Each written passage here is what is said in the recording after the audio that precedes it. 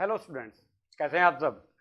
चलिए एक बार फिर भारतीय राष्ट्रीय आंदोलन, जिसमें हम लोग पढ़ रहे थे स्वराज पार्टी और उसका गठन, जिसके बारे में हमने बात की थी और कल हमने हमारा चैप्टर यहीं पर छोड़ा था। आज वहीं से हम आगे शुरू करेंगे स्वराज पार्टी से। तो चलिए हम लोग शुरू करते हैं स्वराज पार्टी। स्वराज्यों को मद्रास और पंजाब में सांप्रदायिकता एवं जातिवाद की लहर के कारण आशा के अनुरूप सफलता नहीं मिल पाई थी। स्वराज्यों ने चुनावी विजय के बाद महत्वपूर्ण उपलब्धियां हासिल की, जिनमें मुख्य उपलब्धियां इस प्रकार थी। 1919 के अधिनियम की जांच हेतु मूडीमैन समिति की नियुक्ति करवाना, यह स्वराज्यों की बहुत बड़ी जीत थी। दमनात्मक कानूनों को समाप्त करवाने के लिए संघर्ष में ये कामयाब रहे। श्रमिकों की स्थिति को बेहतर बनाना और मजदूर संघों की सुरक्षा आदि की मांग रखी गई। स्वराज्यों ने यानी कि स्वराज पार्टी के जो मेंबर्स थे, उन्होंने उत्तरदायी शासन की स्थापना हेतु गोल मेज सम्मेलन बुलाने का सुझाव दिया। मॉन्टेग्यू चेम्सफोर्ड के सुधारों की खामियों को इन लोगों ने उजागर किया। 1923-24 की अगर हम बात करें तो 1923-24 में नगर पालिकाओं और स्थानीय निकायों में हुए चुनावों में कांग्रेस को विशेष सफलता मिली।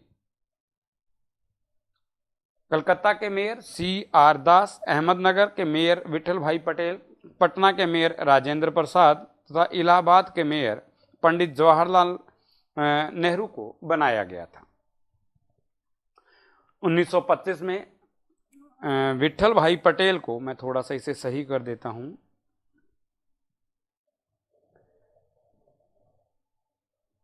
ये विठल है, विठल भाई पटेल को केंद्रीय विधानसभा का अध्यक्ष या स्पीकर चुना गया, जो स्वराज्यों की एक बहुत प्रमुख उपलब्धि मानी जाती है।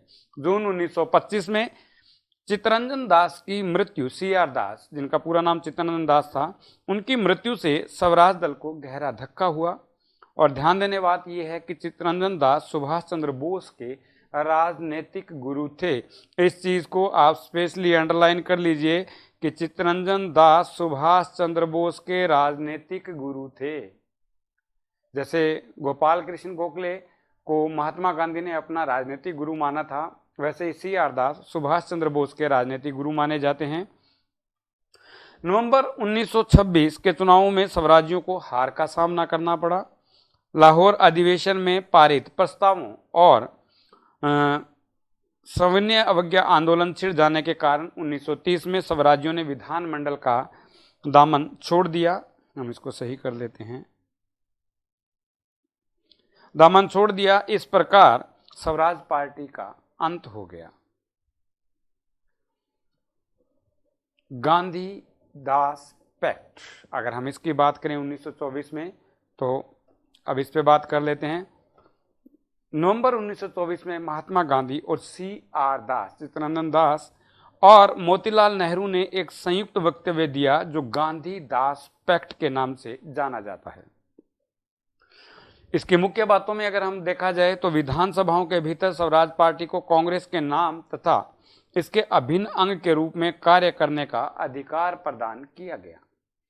इस एक्ट की दूसरी विशेषता यह थी कि इसमें यह कहा गया था कि असहयोग अब राष्ट्रीय कार्यक्रम नहीं रहेगा। इसके अतिरिक्त ऑल इंडिया स्पिनर्स एसोसिएशन को संगठित करने तथा चरखे व करघे का प्रचार प्रसार करने की जिम्मेदारी गांधी जी को सौंपी गई। इस पैक्ट की प्रमुख बातों की पुष्टि 1924 के बेलगांव अधिवेशन में की गई, जिसकी अध्यक्षता महात्मा गांधी ने की थी। इसके अलावा 1922 से 27 तक की बात करें तो अन्य राजनीतिक दल और उनके आंदोलनों पर हम एक नज़र डाल लेते हैं। इंडियन लिबरल एसोसिएशन 1918 में कुछ उदारवादी नेताओं ने सुरेंद्र नाथ बनर्जी के नेतृत्व में भारतीय राष्ट्रीय कांग्रेस से पृथक होकर इंडियन लिबरल एसोसिएशन का गठन किया। इस संघ ने सरकार के साथ सहयोग की नीति अपनाई। अखिल भारतीय मुस्लिम लीग खिलाफत आंदोलन की समाप्ति के बाद खिलाफत, हम इसको सही कर लेते हैं,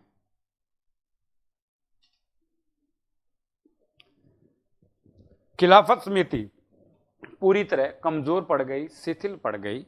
जिसके कारण 1924 में अखिल भारतीय मुस्लिम लीग पुनः अस्तित्व में आई। मोहम्मद अली जिन्ना इसके समय भू नेता के रूप में उभर कर सामने आए।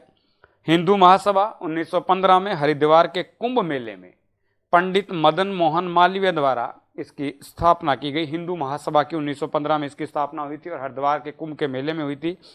कासिम बाजार के महाराजा की अध्यक्षता में इसका प्रथम सम्मेलन आयोजित किया गया और दिसंबर 1924 में पंडित मदन मोहन मालवीय के अध्यक्ष बनने के उपरांत ये दल बहुत अधिक प्रभावशाली हो गया था, हिंदू महासभा जिसकी हम लोग बात कर रहे हैं।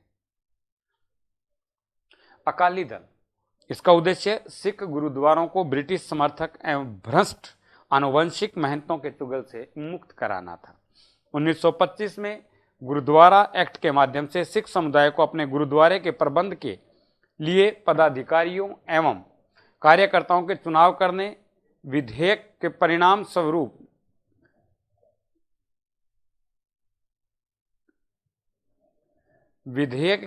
स्वरूप गुरुद्वारों के कार्यों की देखभाल करने, विधेयक के परिणाम स्वरूप गुरुद्वारों के कार्यों की देखभाल करने के लिए शिरोमणि गुरुद्वारा प्रबंध समिति की स्थापना हुई। हम ये एक लाइन है जो 2 बार आ गई है, कोई बात नहीं, आप इसको देख लीजिएगा। नागपुर झंडा सत्याग्रह, यह भी एक आंदोलन हुआ था। 1923 में कांग्रेस के ध्वज प्रयोग को रोकने वाले एक स्थानीय आदेश के खिलाफ किया गया था। 1920 के दशक में नई शक्तियों का उदय हुआ था, उन पे हम बात कर लेते हैं। 20वीं शताब्दी के दूसरे दशक के अंतिम एवं तीसरे दशक के प्रारंभिक वर्ष आधुनिक भारतीय इतिहास में कई कारणों से महत्वपूर्ण भी रहा। 1920 के दशक में जिन नई शक्तियों का अभ्युदय हुआ, नई शक्तियों का हम ये कह सकते हैं कि निकलकर हमारे सामने आई, वो इस प्रकार थी।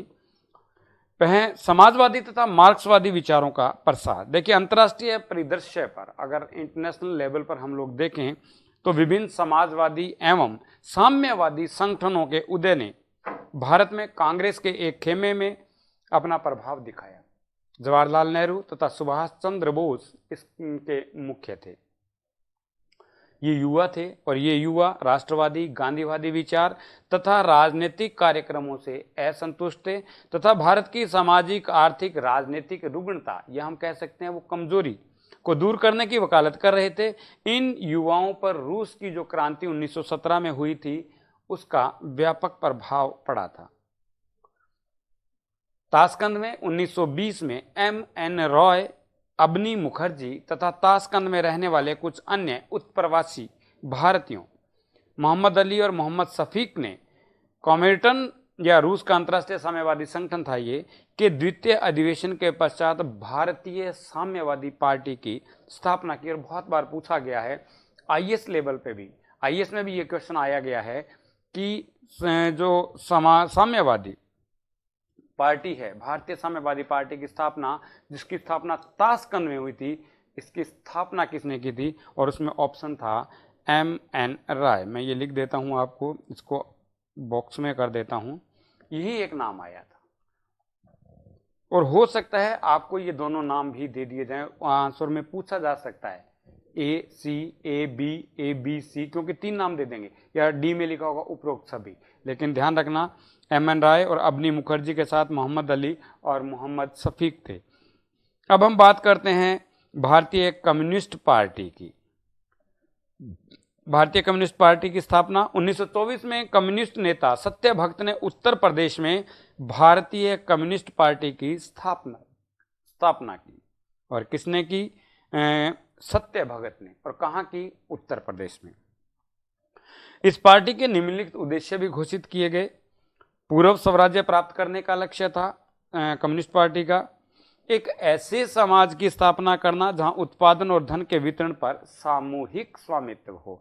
देखिए, कम्युनिस्टों की आज भी यही सबसे पहली डिमांड यही रहती है कि देश में जितना उत्पादन हो रहा है, जो चीज़ें हमें प्राकृतिक रूप से खनिज रूप में खुदाई के दौरान भूमि के अंदर दबे जो एलिमेंट्स है, धातु हैं, तत्व हैं, या जो भी चीज़ें हम पैदा कर सकते हैं, जिन चीज़ों को हम प्राप्त कर सकते हैं, उन पे पूरे देश के हर नागरिक का अधिकार हो। ये कम्युनिस्टों की पहली डिमांड होती है। और वही जब इसकी स्थापना की गई तब से ही ये डिमांड इनके प्रारंभिक जो मैनिफेस्टो में जो थी वो यही थी कि एक ऐसे समाज की स्थापना करना जहां उत्पादन और धन के वितरण पर सामूहिक स्वामित्व हो। इसके बाद हम बात करते हैं अन्य आंदोलनों में बंबई में स्थापित भारतीय कम्युनिस्ट पार्टी की। दिसंबर 1925 में बंबई में सिंगारवेलु चेट्टियार द्वारा विभिन्न कम्युनिस्ट समूहों को संगठित कर इसकी स्थापना की गई। पार्टी का मुख्यालय कानपुर से बंबई स्थानांतरित किया गया। इस संस्था के 3 मुख्य उद्देश्य थे। नंबर 1, भारत को पूर्ण रूप से स्वतंत्रता दिलाना। नंबर 2, ब्रिटिश शासन को समाप्त करना। नंबर 3, भारत में सोवियत रूस जैसी सरकार की स्थापना करना। भारत में पूर्ण स्वाधीनता की मांग सबसे पहले भारत की कम्युनिस्ट पार्टी ने ही की थी। और भारत में साम्यवादी आंदोलन का इतिहास आगे लिखे जो निम्न चरण हैं उन चरणों में हम देख सकते हैं, बांट सकते हैं, उन पर डिस्कस कर सकते हैं। अगर हम प्रथम चरण की बात करें तो ये 3 षड्यंत्रों का काल है। पेशावर षड्यंत्र केस जो 1922-23 में हुआ।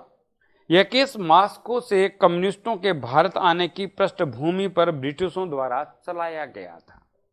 अध्यक्षता में हमने ब्रिटिशर्स को अपना संविधान बनाकर भी दिखाया, लेकिन ब्रिटिशर्स इन सब चीजों को मना करते रहे और अंत में गांधी जी को 11 सूत्री मांगों के साथ सविनय अवज्ञा आंदोलन की शुरुआत करनी पड़ी।